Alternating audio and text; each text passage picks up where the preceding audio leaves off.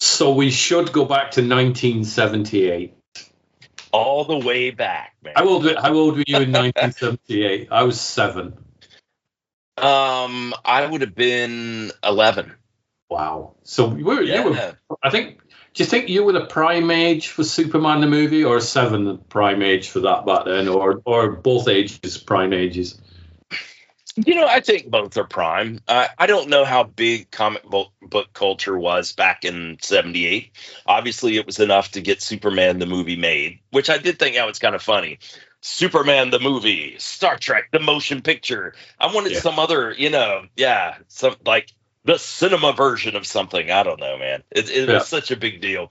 But I don't know, man. I mean, like, I grew up reading comic books. I don't know about you, but I mean, and it was Superman, Batman, and Spider-Man. Those were the top 3. Now, I had some Disney comics and some other stuff, but overall, it was, mainly Batman, Superman, and Spider-Man.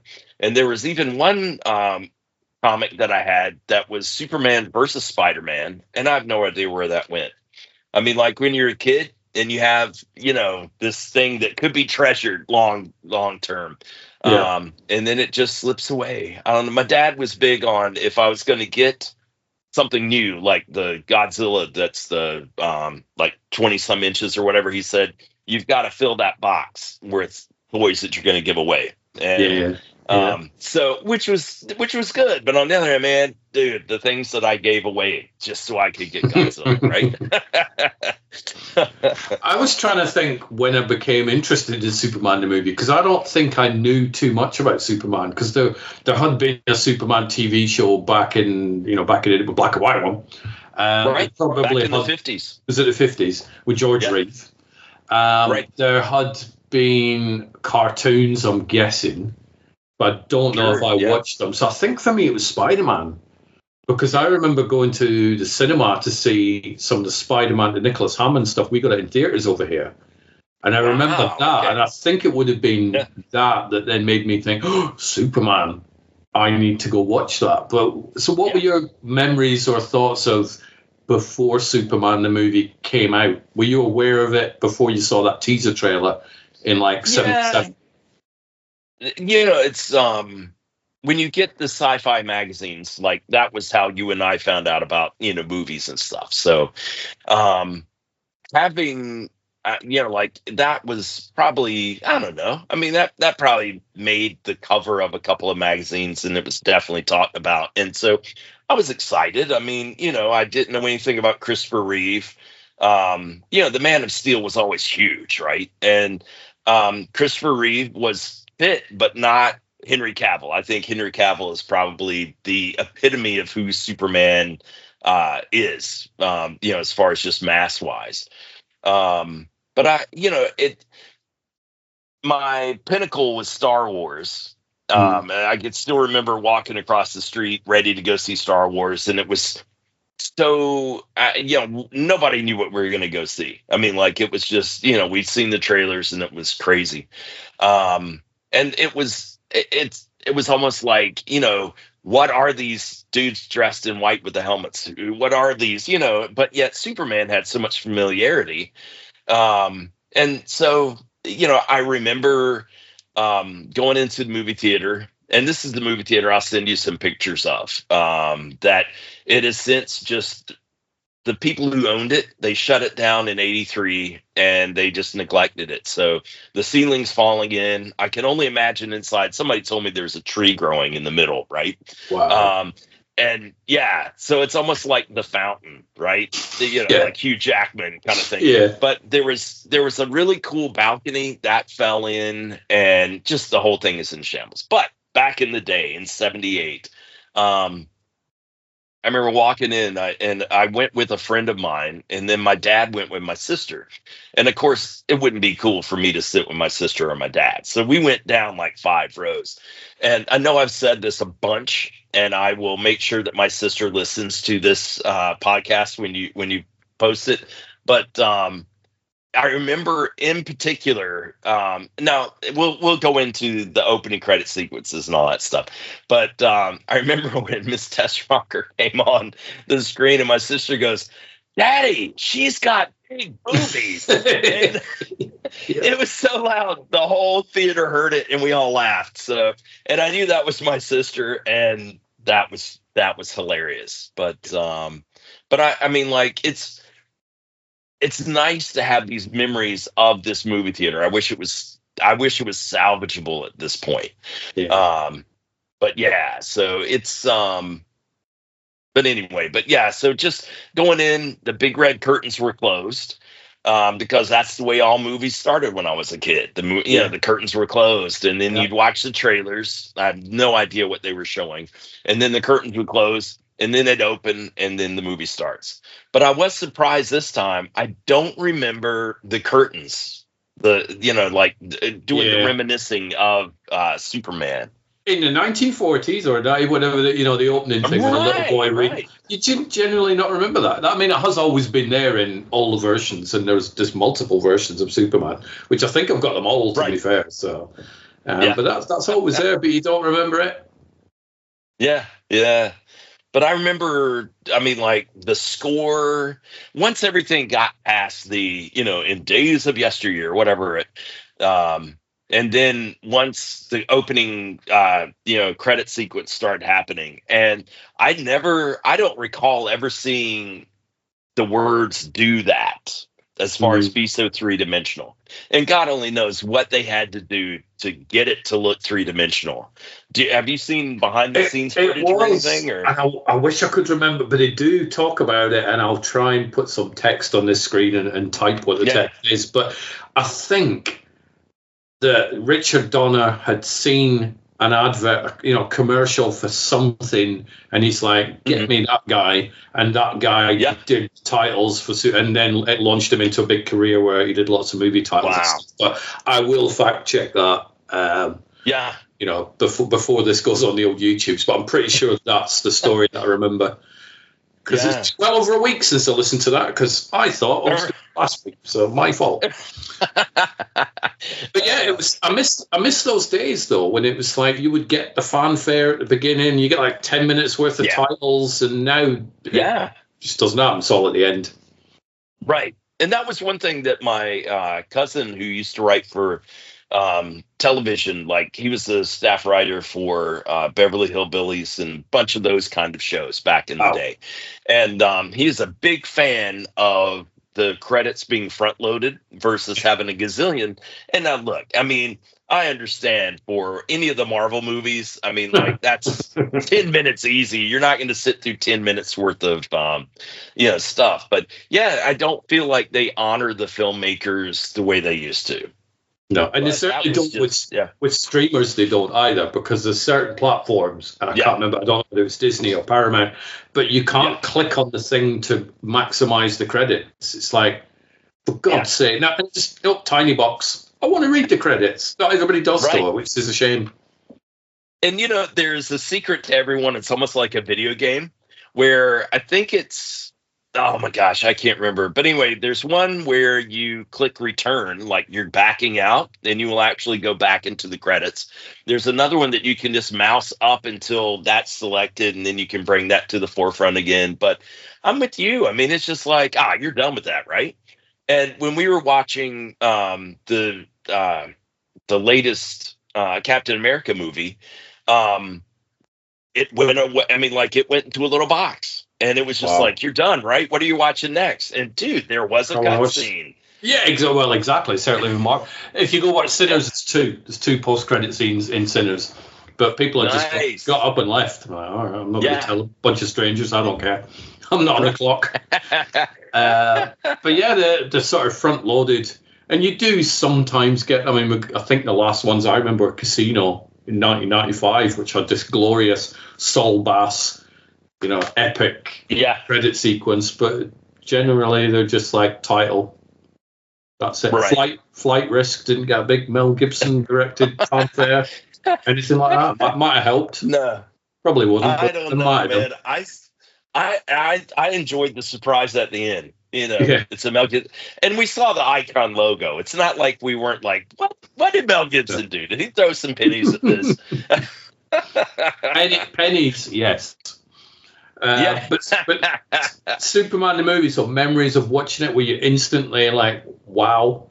I think I was. I've got itchy nose for some reason. Yeah. And I mean, we were used to movies that weren't incredibly fast paced. So I mean, it was kind of a cool rewatch because I don't remember the last time I watched it, but and that's not one that I was trying to think, maybe with my older two kids, but I don't think I watched that with my younger two kids. Although they did watch Flash Gordon, and they made fun of the Richard Simmons shorts on the Hawkmen, and pretty much it was unanimous. All the kids, as they were watching it, they all said, "One and done, Dad. Thanks for sharing, but we never want to see that again." Flash Gordon hasn't dated well. I think Superman the movie has, though. I think it has. Dude, it's really, yeah. I mean, like, I don't think it needed to be touched up kind of like Lucas did Star Wars. I mean, like, we know the technology that they used to make him fly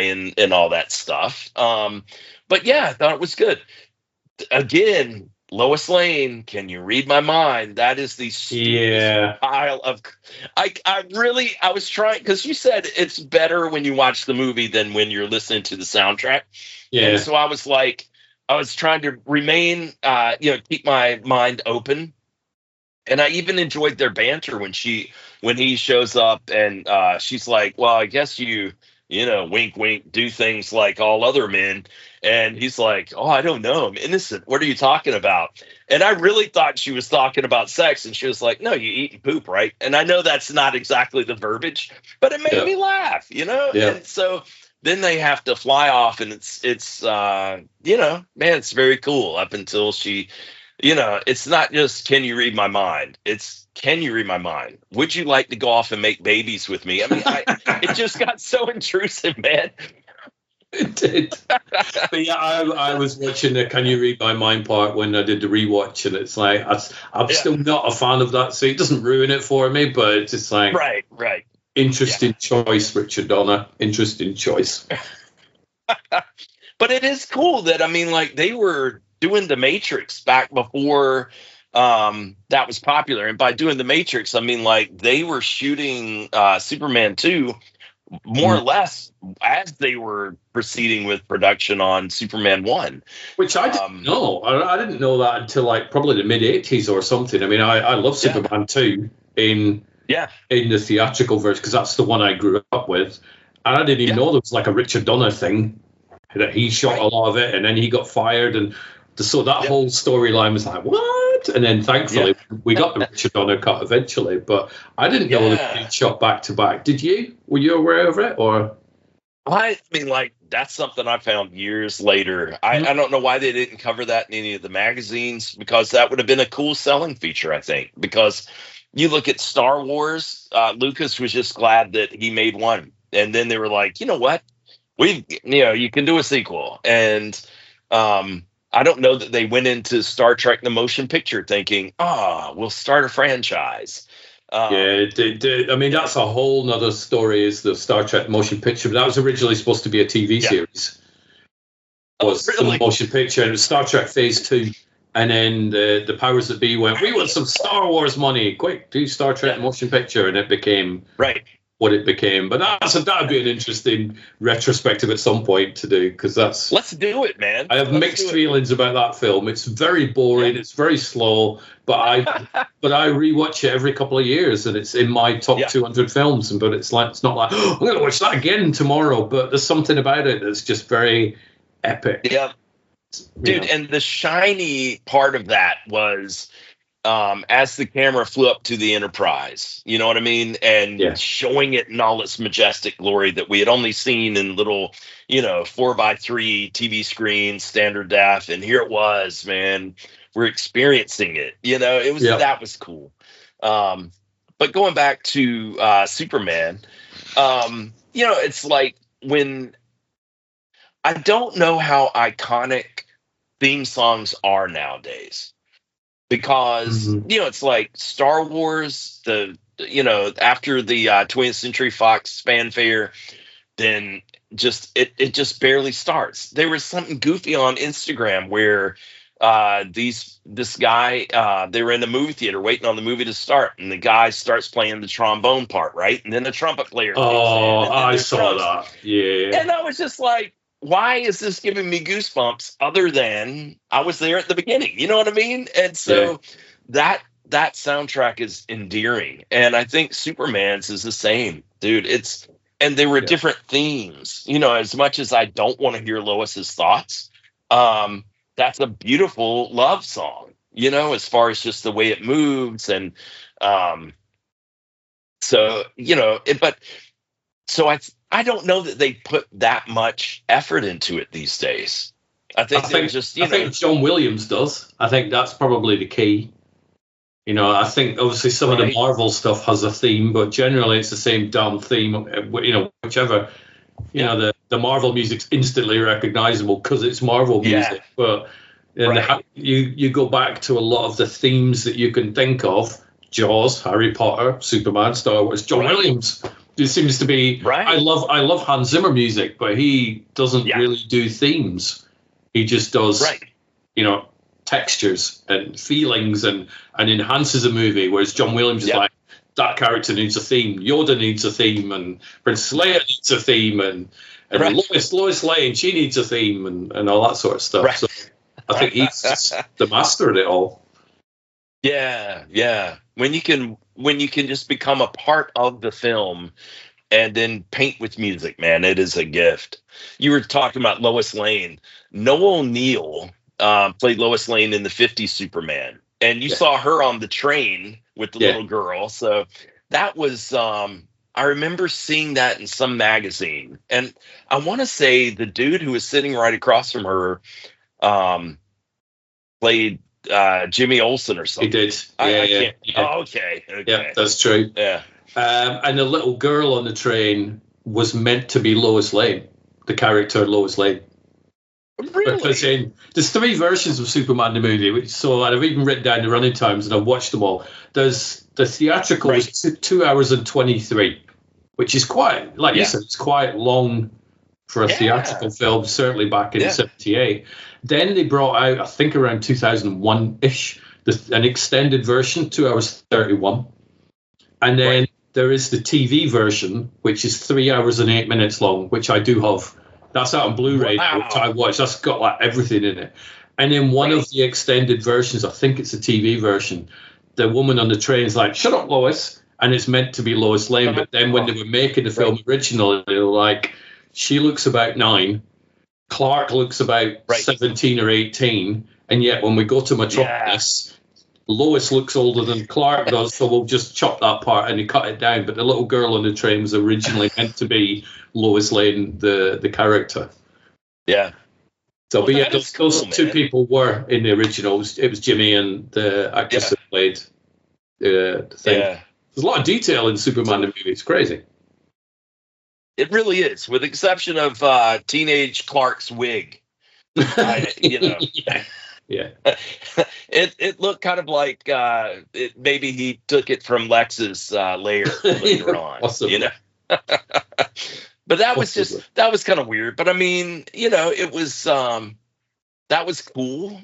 Mom, Pa Kent. And you know, I was reading something today. I don't remember this factoid from the comics, but Clark lost both his parents before he became Superman. Before he went and created the Fortress of Solitude. Not that that's a deal killer. I mean, you know, it's no matter which version of Superman, I think it's important for him to have that, you know, Uncle Ben moment where it's like, you know, he gets the words of wisdom, you know, or like Kevin Costner saying, "No, don't save me, save these people," or whatever he did, man. Yeah. But it was, I mean, rewatching it, I watched the 4K version, which I have, which is the 4K version of the theatrical. And then there was a fingerprint on it, so I'm like, oh, for God's sake. So I took that out and then carried on watching the extended version. So I watched like 2 and then I went back the day after and cleaned the fingerprint off the 4K. Right. You get one fingerprint in the 4K disc. I ain't playing. It's crazy. And went back and rewatched the 4K one. It looks amazing in 4K because most of it's practical. Yeah. lots of miniatures by John Barry and whole special effects. The Krypton stuff looks amazing and still does. Yeah. The fly-in stuff, obviously, you've got the rear projection in a lot of it. And you go, well, obviously that's how they did it. But still, some of the flying scenes are like, that's impressive. That isn't rear projection. Yeah. Looks amazing. I did genuinely believe a man could fly back in 1978. I really did. I never tried it myself, but I think most kids would run around the playground with the button up on their coat, but their coat over like a cape. Right. All that sort of stuff. Yeah. I did try the heat vision thing when Superman 2 came out, but didn't work. Couldn't do it. Yep. That's kind of like, you watch Star Wars and you're like, I need my cell phone. And it just, that's when I say, Michelle, please just let me believe. And you can just hand me the cell phone. So then I get it and I don't have to move and, make believe, man. We've all tried that. It was, I was listening to the commentary, which was Tom Mankiewicz, who did write the script, but didn't get credit because of the whole, writers thing back then. And it's credited to Mario Puzo, isn't it? Where Mario Puzo had an original, I don't even know this one, but the original script was like 500 pages long that Puzo submitted. And then Donner got it, and he said to his mate, Tom Mankiewicz, we need to cut this down. There was a scene in it with Kojak, with Telly Savalas.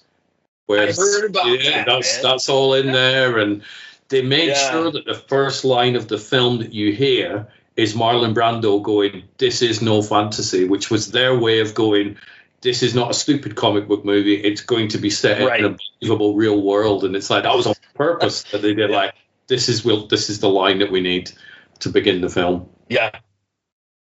So have you read how they did the ultra reflective outfits? Yeah, with a little particles of material. And if you look on some of the making ofs, it shows that shows them just switching this thing on and go boom, and they all light up.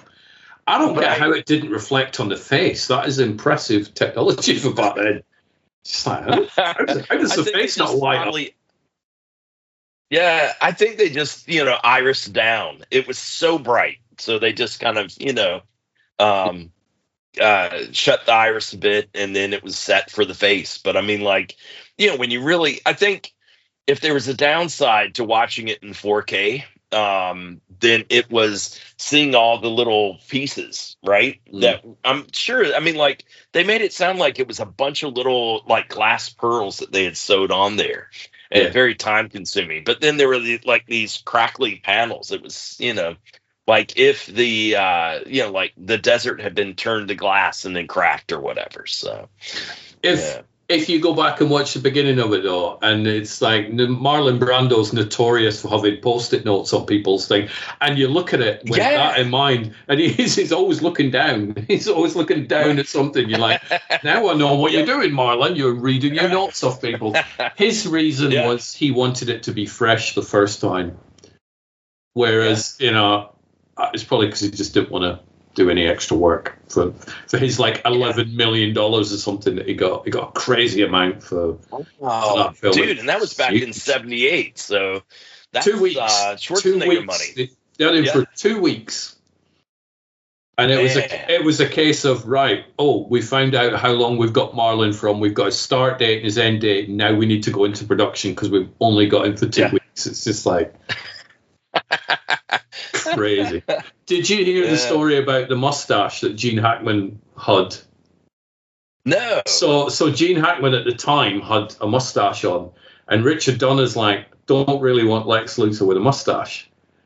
Gene, will you shave it off? And Gene's like, I'm not shaving it off. I like my mustache. I want to keep my mustache. Right. So Donner's like, I do understand that, but if you pay me enough, I'll shave. They sort of toddled off.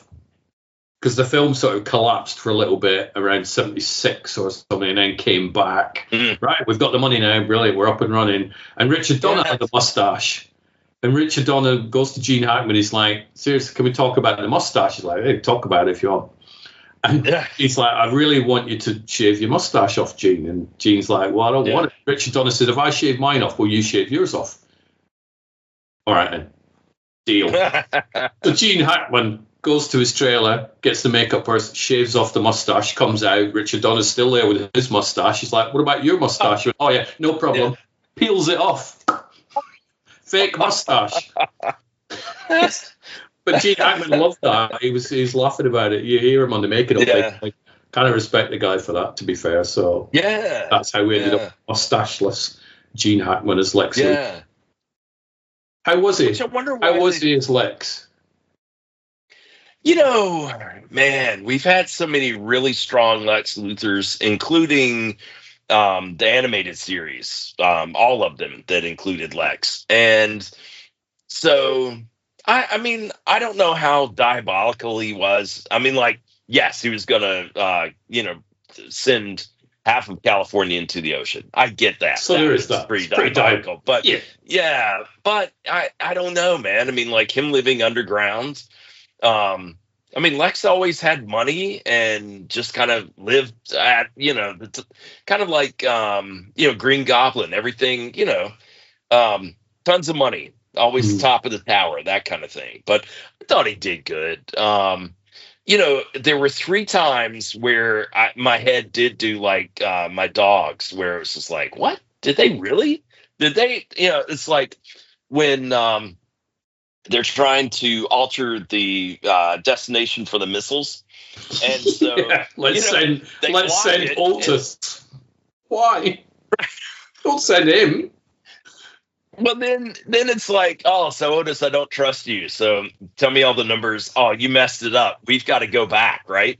Well, how did he suddenly have a different truck, and they came right back up? I did think having what's his name, Larry Hagman, as the military guy, and then Michelle didn't watch it with me, but I did think that part was funny because it is a guy's thinking when it's like, oh, wait, she's passed out. What do we do?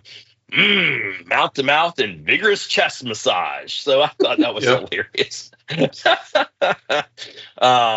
And then having everybody, corral around her and then look away. So that was funny. But and then there was when Lex talks sends the message to Superman supersonically, and then he kind of, he hops out the window, and then he's starting to fly, and then it just like morphs from Clark Kent clothes to Superman clothes. That was like the second thing that I was just like, I don't, I mean, like, did they just run out of budget for special effects? Did they, because he could have faster than speeding bullet gone into the alley and come back as Superman. But I don't remember any of these things bothering me as a kid, though. Because the third thing. Let's get your third thing. So we'll get that. And then it's the third thing was where he, tells everybody, okay, stand back. And then he spins and he goes, I mean, like, I don't know that he adequately looked after the pedestrians that would walk into that hole and drop to their death. Did you want him to put a sign up saying hole? I really did, man. I wanted him to show up with that, like fly and then get it and then put it out and then everyone stay back. But I think that Christopher Reeve captured the spirit of both Clark and Superman, the innocence and the strength, the hope for humanity, versus like Henry Cavill. I just thought he was a little too rough and tumble compared to now. Granted, I mean, Superman has lost his mind several times in the comics. Batman had to shut him down more or less. So it's not like Superman isn't fallible. I get that. But I think probably of all the people playing Superman, Reeve probably did one of my favorites. I think so. And it's interesting where you see people going mad at David Cornsweet, who is Superman this year, going, right. Henry Cavill is the only Superman. It's like you've just given your age away right there. Right. For people of our generation, it's usually like, we like Cavill, but Christopher Reeve would be my choice if I had to pick one for my favorite Superman. Was he the best Superman? Yeah. That's not for me to decide. I think he's my favorite one. So it's like it's a totally different argument. But these Cavill fans are just crazy. They're like, no, nobody but Henry Cavill can play Superman. Like, but look, somebody played, George Reeves played Superman before Christopher Reeve. And I'm sure when Christopher Reeve got the parole, people were like, no, it's George Reeves. He's the only Superman. Nobody else can be it. But the scene that just always blows me away in Superman the movie is when Clark is standing in Lois's apartment and he takes his glasses off and he's like, and with his just his posture and his face and his voice, he changes from Clark to Superman, and then he changes his mind, like, oh, no, I'll put the glasses back on, and then his posture changes again and he's Clark again. You're like, and there's no cuts, and it's just like, that is amazing. That's like just masterclass of acting right there in that little scene.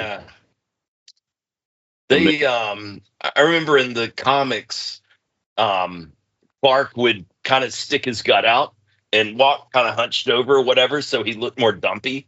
And then as soon as he put on, his uniform, if you will, then he was like, yes, I'm ready. So that was, because look, you're not going to believe that I'm two different people just by pulling my, But I agree with you, man. That was good. The, I guess as a kid, one of the funny scenes was the guy with suction cups, going up, and then there's Superman standing on the glass. And that said to me, like, are they real? I'm like, well, I think they are. I don't really know. But I'm sure there's an easy way to get into a building. Tom Cruise did it. Yeah, Tom Cruise wouldn't need suction cups. He'd have them Velcro gloves, wouldn't he? So. 1978, or any time that you were watching Superman the movie before the second one came out, I don't remember thinking, where are those three supervillains? Why has that not been mentioned again in the film? And obviously when you watch 1 and 2, you go, I get that, because we're about to see, Earth Unknown and General Zod come back and terrorize people and stuff. But if you watch Superman the movie just on its own, 3 villains get sent into the Phantom Zone. They're never mentioned again until the next film. Nowadays, people would be like, I've just been to see Superman the movie. There's a bit at the beginning. It makes no sense. Why is that in there? That should have been deleted. They would go mad and whinge and complain because that's what they do. But were you curious about where these villains were back then? I did. I just thought it was a part of the story. It's like, I've got to, it's like our daily lives. You've got to get through the paperwork to get to the fun stuff. So I thought it was just, Jor-El going, okay, no, you guys are guilty. You can't turn me to the dark side. And now you're in a one-dimensional space. And, and so, but I don't remember the triangle being so large when it flew up. And then they were just like on the drive-in movie screen as they flew off into space, yelling and screaming. And man, but I never questioned it. I was like, okay, they're done. And then let's get on with I think I figured that the Earth Unknown and Zod were responsible for the destruction of Krypton. In my brain, I'm like, well, clearly they must have done something that's resulted in the planet blowing up. That's what that thing is. But by them going into the Phantom Zone, they survived death. So, to come back in the sequel. And that was one of the things in, I want to say it was the 1950s Superman, where he could go into the Phantom Zone, which inspired the comic books, which then inspired, the movie and beyond. So it's interesting. It's kind of the chicken or the egg. How much was there in Action Comics? Because literally, he could outrun a train, he could leap over a building, but he couldn't fly. You know what I mean? And so there was, when they started divvying up, like, okay, now you could buy Superman, or, the IP is available, but it's only the Action Comics Superman. It's not the Superman that you've seen in all the movies. So, but I can still remember, and rewatching it last week, there's so many iconic, epic scenes in that when I'm like, that takes me right back to childhood. The helicopter falling off, that whole sequence, you're like, oh my God. Do you know one thing that does bother me is, and it's in every version, and I don't think it's a glitch, it must be in there on purpose, is when Superman comes out, he's like, oh, there's a woman over there, I'll get her, and he flies up. The pimp's like, whoa! And then you can hear a woman laugh. You can hear a woman go, and I'm like, was that just like, I don't get why you would, if you saw somebody fly up, would you laugh? You'd be like, what the frick was that? I don't know whether it's like a glitch or they don't mention it in the commentary. It's in every version of the film that I've seen. Yeah. But you can hear somebody laughing in the background. Yeah. It's just like weird. I mean, like now we could pull that out. We could isolate. They probably would have shot it with 15 different microphones, and it may not have been even the pimp's voice, Oh, yeah, no, it wasn't the pimp. So it was a woman. It was just like a woman who's. Oh, yeah. But you see the pimp, yeah. And then so that may not have even been his voice, and we had shot it today because you can just replace it. But yeah, man, that would be interesting to know if that was just, some bleed over, or was it purposeful? It wasn't a famous laugh like, when Luke fell down the oh my gosh, Cloud City in.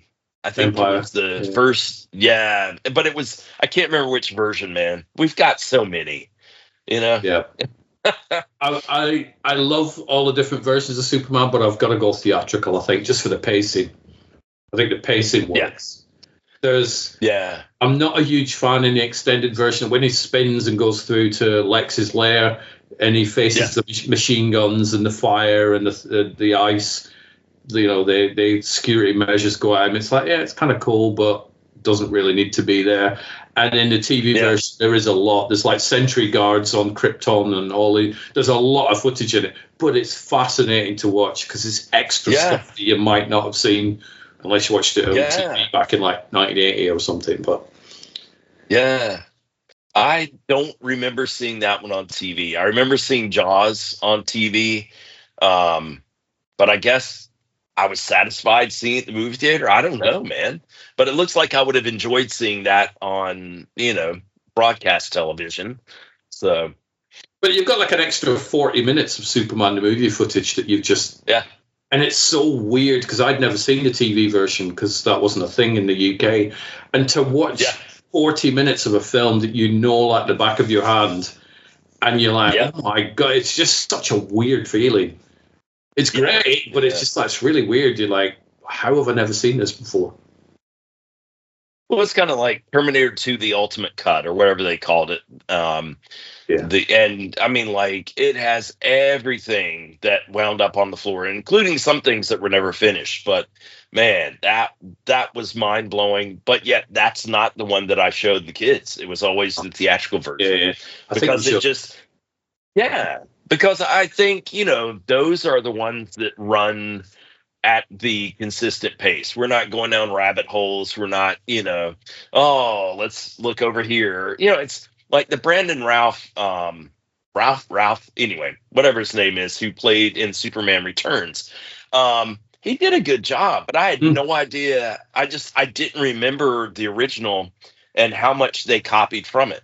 Saving the plane, Tessmacher being put in jeopardy. Not that she was really put in jeopardy in Superman the movie, but in Superman Returns, they cut the brakes and it's up to Superman to save her or she's going to die. And Lex doesn't care, But there was just it was like a repeat. I knew it felt a little stale, and Bryan Singer did great with it. But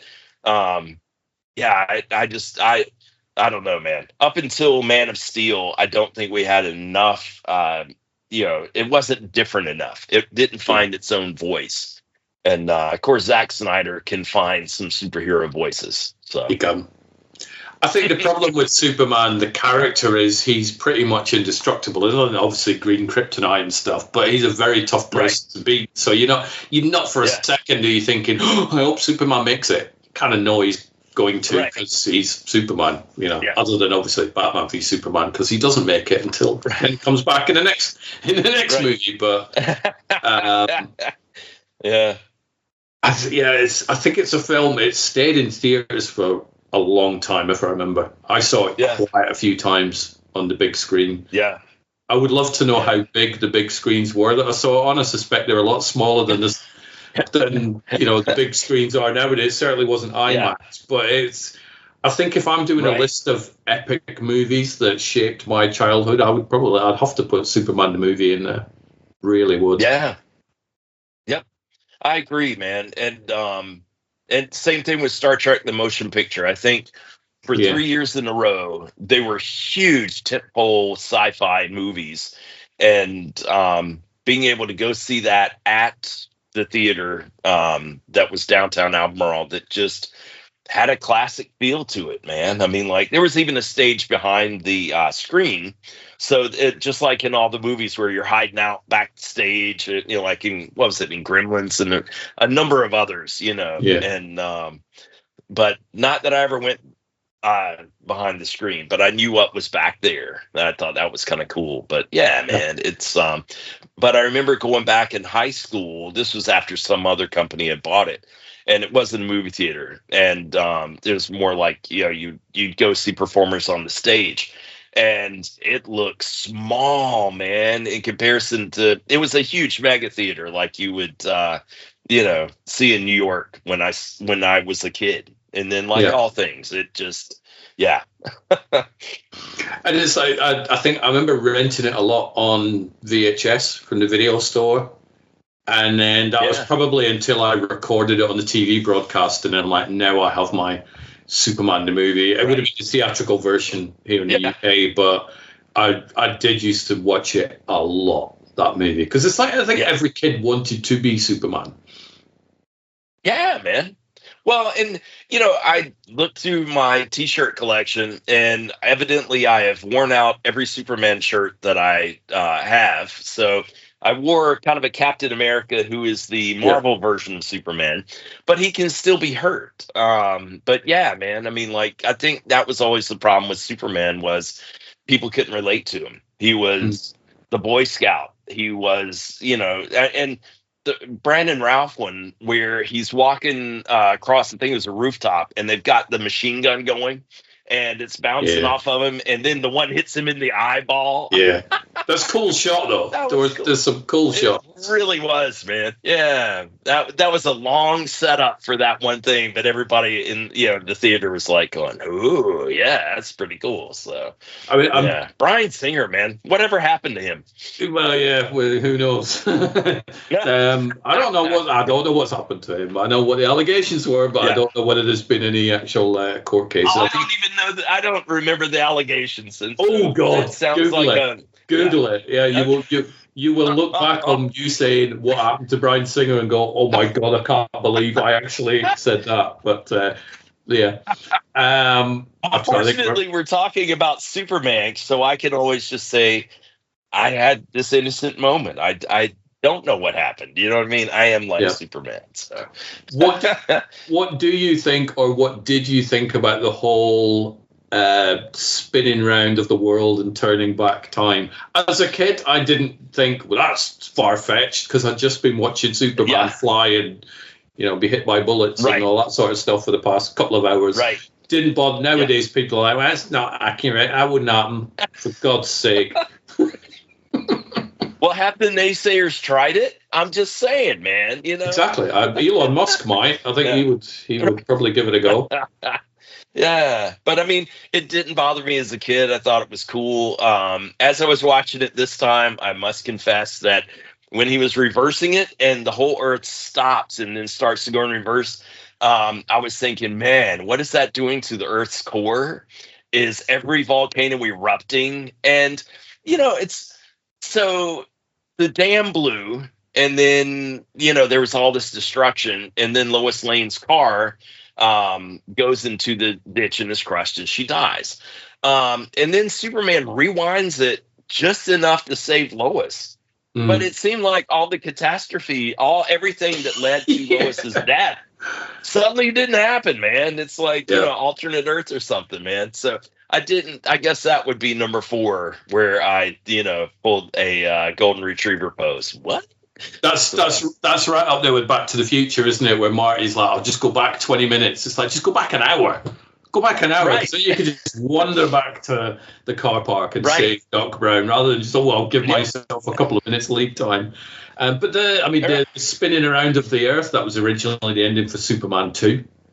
So that's really, and then when the Salkins went, oh, let's get rid of Richard Donner because we can finish their film ourselves. Then they're like, well, we need an ending. So then that's when that came in. I would love to know what the original, and as far as I know, the original ending was going to be Superman throwing the nuclear missiles into space, or one of them into space, which then hits the phone, which then frees the villains. Oh, Speaking like the following year or something. As far as I know, I think that was the original plans, but man, that really would have been good. I've seen the Richard Donner Superman 2. I have it on, I think, at least DVD, if not Blu-ray. I can't remember which, but I mean, like, I think I watched all of 30 minutes of it, and then something distracted me. But I mean, and it wasn't painful or rough watching it, with it going from cinema to, like VHS or whatever and back and forth. But it was cool seeing, and maybe I did see the whole thing. I can't remember it, but it's interesting to watch, but it'll never be, if you ask me which my favorite version of Superman 2, it's the theatrical one because that's finished. And it looks polished, and that's the one I grew up with. But to be able to watch the Donner one, it's interesting. I'm like, I kind of like seeing all this extra stuff, but I'll always gravitate towards the theatrical one. But yeah. Well, it's kind of like, I don't understand why we can't. I mean, because we grew up in a time where as soon as it was on VHS, they could make more money off of all of us to keep putting out these new versions. Here's another version of Terminator 2. Here's another version of Terminator, Superman, and all this stuff. But yet, like they're what is it? The David Ayer cut of Suicide Squad. Suicide Squad. Yes. Yep. That's it, man. Yeah. Why can we not have that? What is the big deal, man? I don't get it. We got the Zack Snyder cut, and then on Superman Day, which I think was this past Sunday, I can't remember. Man, you were right as far as everybody was just, it's Henry Cavill, Henry Cavill. And I'm just like, you know what? I am open-minded. Yes, Corn Sweat, whatever his name is, looks like a younger version of Henry Cavill. I mean,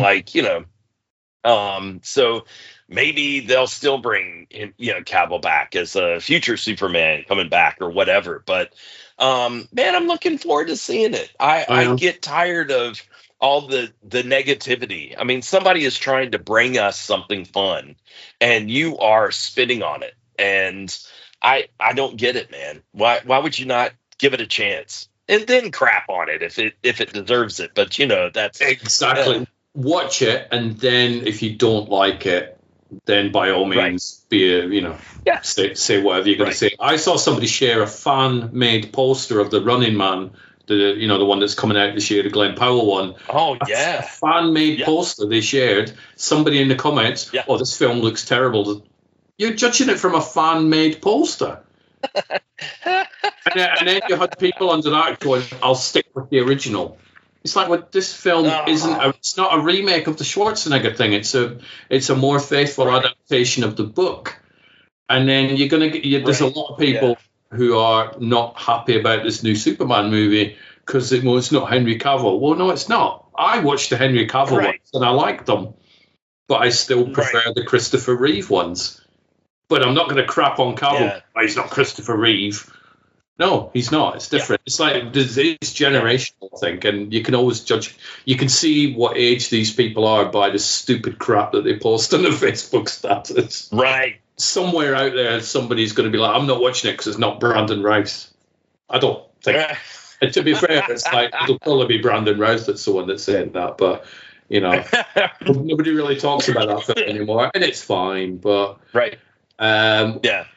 quickly touching upon the sequels to Superman the movie, do you like them? What's your thoughts on them? I remember enjoying Superman 2. I really wish that I had the time to watch them kind of back to back. This time, but I had to break Superman into two parts to finish it off, and so I didn't have time to watch Superman 2. I remember Superman 3 just being stupid. I think that was that 83. Was that 83, 87? 83. I can't remember. 83 was Superman 3. 87 was Superman 4: Quest for Peace, which, rough production, shall we say, on that one.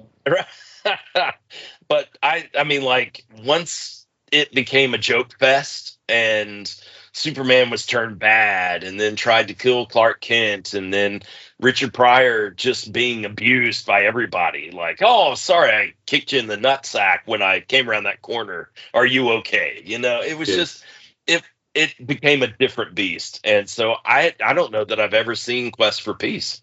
It's rough. I mean, I'll go into Quest for Peace in a second, but Superman the movie, epic 70s cinema. Yes. Like, wow, 77 Star Wars, 77, 78 Close Encounters. Then you got Superman the movie. Yeah. Then you got Alien and Apocalypse Now and Star Trek the Motion Picture. These are all between 77 and 79. It was an amazing time to watch stuff in the cinemas. Superman 2, not as epic as Superman 1, but that's Richard Lester's fault, not Richard Donner's fault. Right. I love Superman 2, though. I think it probably is my favorite because I love the supervillains. I love that whole, Zod and Non and the fight in Metropolis and all that sort of stuff. Yeah. Superman 3 I do like, but looking back at it, it's like it is the Richard Pryor show more than it is a Superman film, which is a shame. It's almost like Star Wars Christmas special. You know what I mean? It just it was instead of the focus being on Han and Luke and Chewbacca, it was all Han's, Chewbacca's grandma and grandpa and whatever. I mean, so. And then Quest for Peace, if you haven't seen it, it's they go into production. Canon now own the Superman rights, and they're notorious for just get in the theaters as quick as possible, make a quick buck, turn it around. They took, while the film was shooting, they took a huge portion of the budget and the special effects budget. Went, we'll have that money. Yeah, you can't have it anymore. We're giving it to Masters of the Universe with Dolph Lundgren because that'll be a big hit. And then you can see all of that in A Quest for Peace. It's like, it's a bit of a mess, but it's nobody on screen's fault. It's just bad production. But then you go back and watch Superman the movie and you're like, wow, miles and miles apart from each other in every way. What was the Christopher Reeve love story? It was a time travel somewhere in time that came out. Yeah, there you go. Oh, I love that movie. I remember that one was just really good. And I haven't rewatched that. I've got it, and that's one that I just need to at some point sit down and watch. But I remember it being really good. And then, when he pulls the penny or whatever out of his pocket, then it's heartbreaking, isn't it? And I'm sure people have watched that now. That's not how time travel works. It's like, just suspend your disbelief. For the love of God. It's just like, get a grip. Not everything has to be totally believable. It's a movie. It's not a documentary. But Christopher Reeve never quite got away from the role of Clark or Superman, did he? Yeah. I think in a way he was Clark Kent in that other movie. And I was trying to think what else he did, because I guess everything else just paled in comparison. And I don't remember what else he was in. He did a film called Death Trap, I think around the early 80s, which is some sort of horror, I think. He was also in Street Smart, which I think was Morgan Freeman's first film in 87. It's all from my memory, this shit, by the way. And he was in John Carpenter's Village of the Damned in the mid-90s, the remake of that. He's in that. Yeah, he's the main star in that. And then after his injury, he played in a TV version remake of Rear Window, where he was in bed and obviously he wasn't able to move, but he was still able to act. So he was in a remake of that. So he did bits and pieces, but I'd never quite matched the heights of, he suffered the same as Luke Scott, Mark Hamill in the Luke Skywalker role. It's like he did things, he did Slipstream and whatnot, but never quite. Yeah. And he was also in John Carpenter's Village of the Damned as well. So was he really? Yeah. He was I think he was like a priest or something in that, but he was in that one as well. That is hilarious, man. Do you want to see the coolest two things? It might be coolest three things I have related to Superman. I will show you. Yes. I dug them out. One of them is in a folder because I didn't know if I was going to dig it out or not, but I will. Yeah. Yes, it's here. All right, good. It is, and I've had this for about 10 years or so. It is a Christmas card from Sarah Douglas, Ursa. She sent me a Christmas. Look how cool is that? Seriously, I had her own Christmas card produced, and she sent me one. I think it was like a Twitter competition or something back then, or a Facebook competition, and I entered it. And it's like the day this arrived, I'm like, oh my god! So I treasure this damn thing. And then I also have. Well, she actually wrote you a note in there. That's cool too. But it's not the first note I've ever had from Sarah Douglas, which is even better because I have this, which I got from. She has an online website. Because obviously all websites are online, so I don't know why it's an online website. But I have a nice picture of Ursa in the boots, and stuff. Yep. I will put a graphic to her website on there for people who want to go. I was torn. I'm like, do I get a picture of Sarah from V? Because I absolutely love the series V, absolutely amazing. Or do I go Ursa? And for like a week or two, I'm thinking, I don't know which one to go for. And the easy option is go for both, but I didn't have enough spare money at the time. And I'm like, gotta go Ursa because it's Superman the movie. Yeah. And I also have this signed by Valerie Perrine with Teschmacher. Oh, wow. I don't know if you've seen the poster behind me, which is that one of the documentary Valerie. I don't know if you've watched that or not. No. I didn't know the story of Valerie Perrine until I watched the documentary, and it just literally broke my heart. But it's also a positive documentary. It's a strange documentary because obviously you don't want to go, hey, it's great, watch it, because it's not great because she's not well. She's suffering from Parkinson's disease and has been for years. And you look at Valerie on screen in Superman, you're like, yay, first crush, all that sort of stuff. And then you look at her nowadays and you're like, oh, there's been gaps of time since 1978, even though my 4K disc doesn't show it. It goes through Valerie Perrine's story. It's highly recommended. It might be on Apple or something like that, but it's hard to say it's a good documentary, but it has its wonderful moments, and her sense of humor and stuff comes.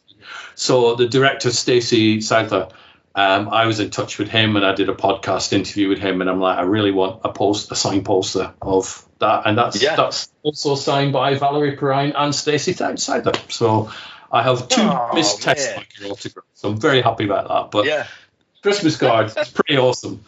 It's one of my most treasured possessions. I nearly met Sarah Douglas years ago, probably like early 2000s. I went to a Comic-Con in the UK and she was there. And I didn't have the guts to go up and go, hey, you're amazing, Ursa, V. And so I just snapped a couple of pictures from a distance. And that was it. And to this day, I've not met her. She's part of the theme song for this podcast because she says her name and whatnot in it. Right. But I've never met the woman. So hopefully one day I will. It's so close. So close. But those are my super treasured items. I know you've got lots of Blade Runner treasured items and stuff, but there weren't too many guns in Superman. No, there was one thing. I don't know if I can find it.